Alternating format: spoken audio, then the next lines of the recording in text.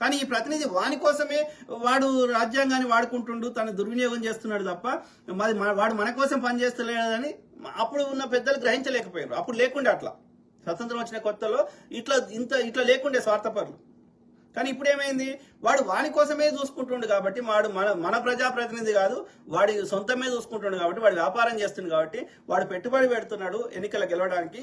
ఆ పెట్టుబడికి 10 రెట్లు 100 రెట్లు 1000 రెట్లు సంపాదించుకోవాలనుకుంటుంది కాబట్టి వాళ్ళు అంగరాజకీయం చేస్తుంది కాబట్టి, వాడు ఎంతసేపు ఓట్ల దిక్కు ఆలోచిస్తుంది కాబట్టి, ఈ స్వతంత్రంగా పనిచేయాల్సిన వ్యవస్థల్ని ప్రజలే ఎన్నుకోవాలి అధికారులని. అప్పుడే అవి ఎంతో కొంత ఇండిపెండెంట్గా పనిచేస్తాయేమో అని ఒక ఆశ.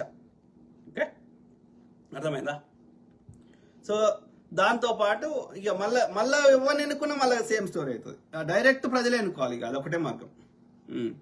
సో అదే బ్రదర్, ఎక్కడ ఎవరు ప్రజల ప్రాణ ఇది ధన సంపద వేటితోటి కూడా ప్రజల యొక్క